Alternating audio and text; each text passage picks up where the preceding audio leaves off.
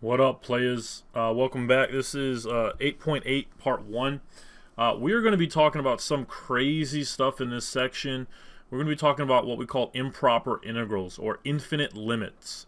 We're going to use what we did in the last section with L'Hopital's rule, and the reason why we waited so long to introduce L'Hopital's rule in BC was because we might as well do it when we're talking about infinite limits, and we can use that information to help us guide us to solving these problems.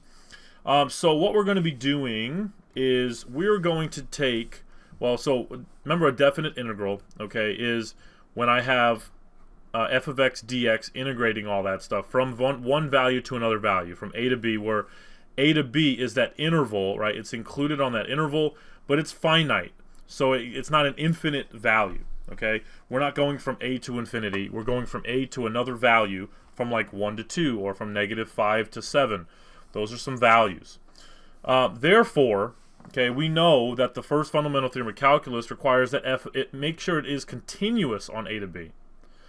But we're going to use improper integrals to get around both problems by using limits to artificially set the limits of integration to be definite. And what I mean by this is this. There are kind of 3 steps to follow here. An improper integral is when one of the values, a or b, is going to be infinity. So one of those can be infinity or negative infinity, and we have to get around that by using limits. Okay? So if f is continuous on the interval a to infinity, that means the bottom limit is a, the top limit is infinity, of f of x dx, what we can do is we can interchange the top limit that was infinity. We can make that some finite value b, and then we can take the limit as b approaches infinity of the whole integral. Okay? And the same thing goes for the bottom one. Or if a is approaching negative infinity, okay, to some finite number b, we can definitely change a, make a finite, and then take the limit as a approaches negative infinity of f of x dx. The problem lies is what if you're going from negative infinity to infinity, where you do not have any real numbers? There's no a, no b. It's not closed, right? And so what I can do is I can take the negative infinity to infinity integral. I can split the integral from negative infinity to some real number value, okay, and then add in that real number value to infinity. Well, and then what are you going to do? Well, then you're going to take the limit, you're going to treat this integral right here like this integral here, and then you're going to treat this integral here, I'm sorry, I put the wrong arrow. You're going to treat this first integral like this one, and then you're going to treat the second integral like this one. But the c value that you have here, it can be any real number. So whatever number you choose, you can make it 0, you can make it 1,000,000. Now, I would probably make it 0 just because it makes more sense. The numbers are smaller. But you can choose that number. Okay, that's up to you. I would choose always something small, but again, that is up to you. So let's go on. We got a couple more definitions here, and we'll get some examples. So starting now in limits, we're going to be talking about this convergence and divergence. Not the movie or the book, not Divergence, right? That's a book. I don't read, but I watch movies, and I didn't even watch that movie. When an integral converges, it converges to a finite value, like 7 or pi over 2. Okay? If an integral diverges, then that means it's going to equal infinity, or it cannot be determined.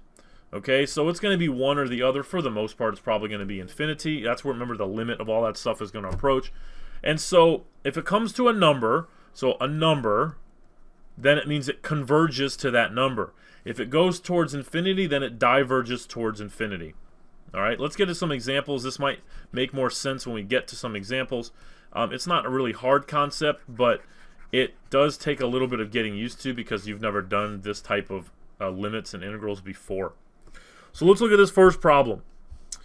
Because I'm going from a number to infinity, I'm going to take this and I'm going to say the limit as b approaches infinity of the integral 1 to b. Okay? And then it's 1 over x dx. Everything stays the same inside the integral. It's just that the bounds change. So instead of this bound being infinity, the bound is changing to a number b. You don't know what that number is. It doesn't really matter. We're going to leave it as b. Okay, the only time I change it is when I have negative infinity to infinity. Okay? All right. So, how do I do this? Well, I'm going to do exactly what I did in everything else. So let's evaluate this integral as is. Well, if the integral is on the inside as 1 over x, we have to know that that is actually the ln of x, right? The absolute value of x. If I took the derivative of this, I'm going to get this, and you got to know that. That's one thing you got to know. So this is the integral of 1 over x, which is the ln of x piece, absolute value of that, from 1 to b. Okay, from 1 to b, and I still have the limit as x of b approaching infinity. I'm going to solve this piece first, so then I'm going to have the limit as b approaches infinity of the ln of the absolute value of b minus the ln of the absolute value of 1.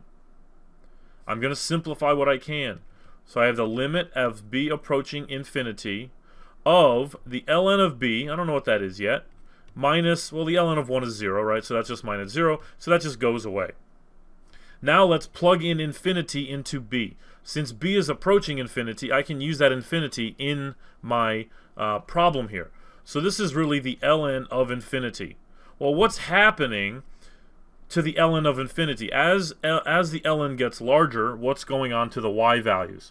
Well, my y values are also getting larger, so this answer is actually going to be infinity.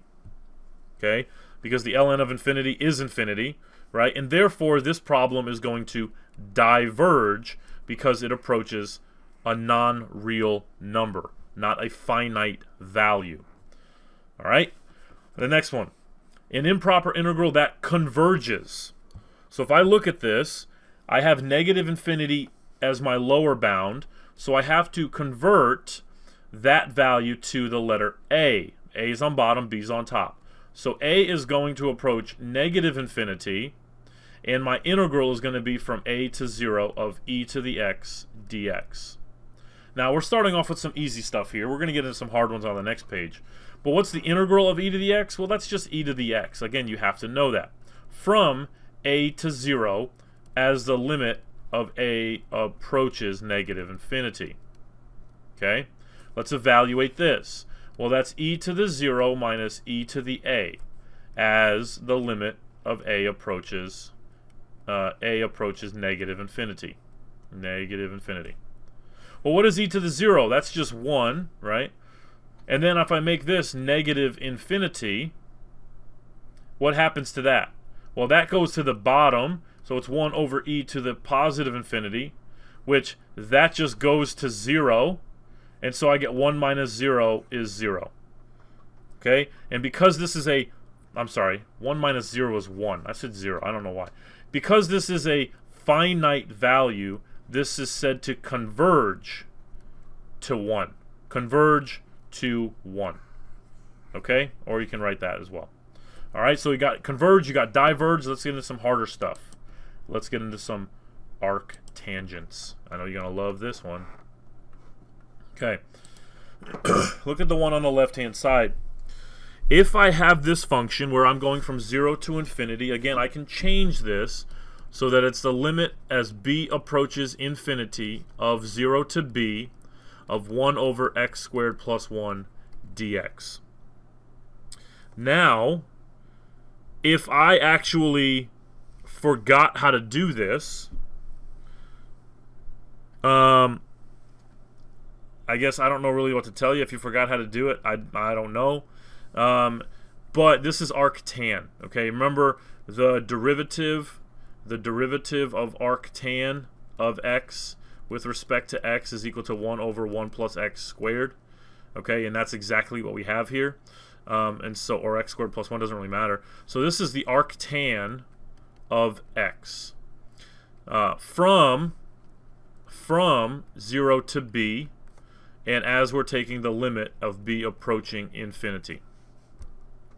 Again, you got to memorize that. I'm sorry to tell you, but you got to memorize it. So really we get the arctan of b minus the arctan of 0. Again, as the limit of b approaches infinity. Well, the arctan of 0, if you don't remember what arctan does, it's really taking the tangent of some theta, some angle, is equal to 0. Well, where is 0 on the tangent? Like, tangent of what angle is going to be 0? Well, remember this is opposite over adjacent, so this would have to be the sine over cosine. So the sine is 0, but the cosine is 1, so this is going to be 0. This is at the origin, so right here is where your tangent is going to be 0, 1 comma 0, okay? So tangent, arctan of 0 is just 0. And then, when I plug infinity in, I get the arctan of infinity minus 0. Now this is going to be a little hard to understand. The arctan of infinity actually is going to be pi over 2. Here's why. I don't want to go into elaborate details, but if I have my unit circle, okay, tangent exists pi over 2, or negative pi over 2 to pi over 2. Like, that's the domain of a tangent function. Okay, negative pi over 2 to pi over 2. When I graph it, you get negative pi over 2 to pi over 2. Okay, that is your period when you graph tangent. And so, what actually is going to happen? And so the tangent, since it's between negative pi over 2 to pi over 2, the arctan has to also be between those two domains. So this would be the domain there. And because the arctan is in between that domain, since this arctan is positive infinity, okay, if I make this a fraction, so the tangent, remember, is equal to the sine over cosine, or the y over x. And so, because it's positive infinity, that means that I'm in the first quadrant, okay, over here. All right, and so if it's approaching infinity, that means that the y has to be bigger and the x has to be smaller, okay, because this is going to equal infinity. Well, where is the y bigger and the x smaller? That's getting closer and closer to 0. So this is not that big, right? If my angle's up here, or here, or here, or here, you can see as the closer I'm getting to the y-axis, the bigger the y value is getting, but the smaller the x value is getting. So that's why I'm approaching pi over 2. Okay, so that's pi over 2 minus 0, which is pi over 2, and thus this converges to pi over 2, because pi over 2 is a finite value. Even though it goes on and on and on and on forever, it's still a number. Okay, it's not infinity. It doesn't represent just some abstractness of a number. Okay, let's go on to this one here. This one, using L'Hopital's rule, is probably going to be a little difficult, so I'm going to clear this stuff out. So hopefully you got it, or pause it, make sure you got it. Let's do some L'Hopital's. L'Hopital. The problem that we have in front of you, we cannot do this easily. If I said u was my negative x, and then du was my negative 1 dx, dx is equal to negative du, stuff wouldn't cancel because I have this 1 minus x here, right? So we have to come back to what we did a couple lessons ago when I had this thing here. Actually, it was Lyot, or remember Lie ate. I don't know what he ate, but hopefully it was good. So this was logs, inverse, trig functions, algebraic, regular trig functions, and exponential. So we're going to be in the A piece, where algebraic. So this was finding u, or choosing u. Choosing u, finding u. So I'm going to make u equal to 1 minus x, and I'm going to use my tabular method. Okay, so here we go. We got a sine, we got a u, and we got a dv. My sine always starts positive and goes negative. Positive, negative. It always flips. My u is going to be my 1 minus x, and my dv is going to be e to the negative x. 1 minus x, the derivative is negative 1, and then it goes to 0. So then I'm stopping. I don't even need that third or that fourth negative there. The dv is a little bit more difficult, but if you made your u negative x and your du negative 1 dx, I got to take out a negative, so it's negative e to the negative x. And then if I took the derivative again, or like the antiderivative, I'm just going to keep flipping my negatives out front. So that's the part of e to the x you got to understand. And because I got 0 there, I'm done, right? So I go over and down, over and down, over, and I could go down, but I'm going to get 0, so that doesn't matter. So what am I doing, actually? Well, I did that, but again, I should have probably wrote this first. This is the limit as b approaches infinity of the integral 1 to b of 1 minus x e to the negative x dx. So I probably should have wrote that first, and then I probably should have done that. Sorry, my B son. Well, what is that integral? That integral, okay, we know is, so this stuff here is what we just did. All right, so that integral is going to be 1 minus x times e to the negative x, but it's negative e to the negative x. I want to bring a negative out front. Plus, because I have two negatives there, e to the negative x. And all of this here is from 1 to b as the limit of b approaches infinity. Well, what can I do here? What can I actually do? This is the same, okay? I'm not going to change any b's yet, any 1s. I'm just going to evaluate this a little bit. I got the limit of b approaching infinity of, let's put the e to the negative x in our denominator. So I got, this is going to be x minus 1 up on top, if you distribute the negative through, over e to the x plus 1 over e to the x. So that's from 1 to b. Well, now what can I do? This is the same as saying the limit of b approaches infinity of, because these are the same denominators, I can get x on top over e to the x from 1 to b. Okay, from 1 to b. Okay? Well, now let's plug in our 1 and our b. So this is equal to the limit as b approaches infinity of b over x to e to the b minus 1 over e. All right? Well, now what happens? So we got the limit as b approaches infinity of b over e to the b minus 0, right? 1 over e is going to approach 0. Okay, so that's going to be 0. And now what? Oh, I'm sorry. I'm going to go back and hopefully erase that. Probably not. 1 over e is a number, so that doesn't approach infinity at all. There's no x's there, so I'm sorry about that. So that's just 1 over e. Okay? So now, dang, I ran out of room. I thought I was going to have enough room. I ran out of room. Okay, I'm going to take this up here a notch. Like Emeril Lagasse. If you guys don't know who that is, bam! He's like a chef. Okay, remember with limits, what I can do is, because I have a plus or minus sign, I can split them up. So I can say the limit of b approaching infinity of b over e to the b minus the limit of b approaching infinity of 1 over e. That's the same. Just like derivatives, you can separate derivatives. Just like with integrals, you can do the same with limits.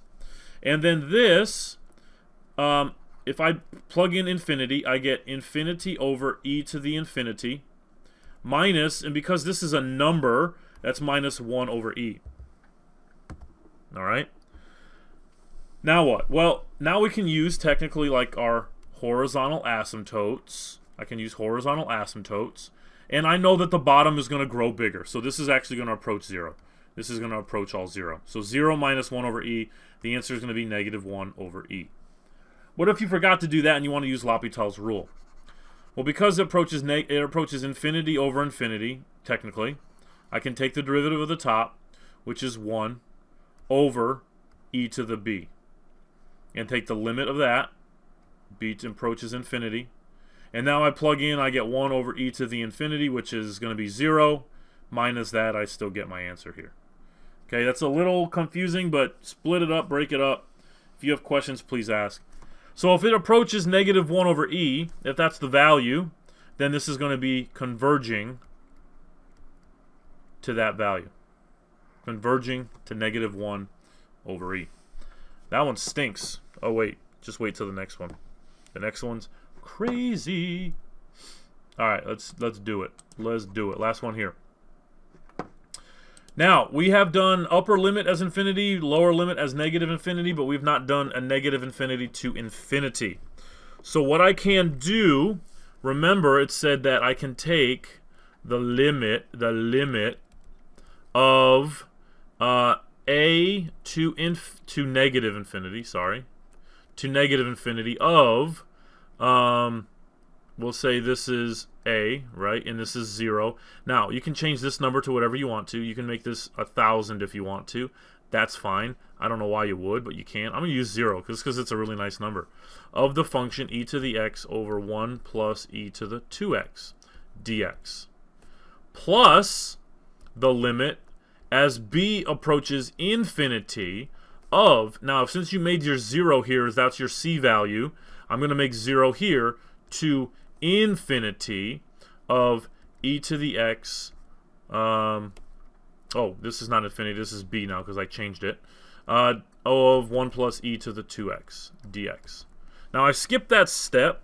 Technically, if you really want to be more specific, this step here, you have the integral from negative infinity to infinity of e to the x over 1 plus e to the 2x dx is equal to negative infinity to some c value of the function dx plus that c value to infinity of the function dx. I made the c equal to 0. Okay, I made that c equal to 0 on both of them. And then I took this, I turned it into that, and then I took this and I turned it into that. So I skipped that step. You don't have to write that step if you understand what you're doing. If you want to write that step, you're more than welcome to do that. It's not going to hurt anything. That's fine to do that. Okay. So now where do I go? Well, let's figure something out here. I am going to take u to be e to the x. Because this is e to the 2x, and I got e to the x up here. I just want to see what happens. And I get du is e to the x dx, and dx is equal to du over e to the x. Well, okay, that's cool.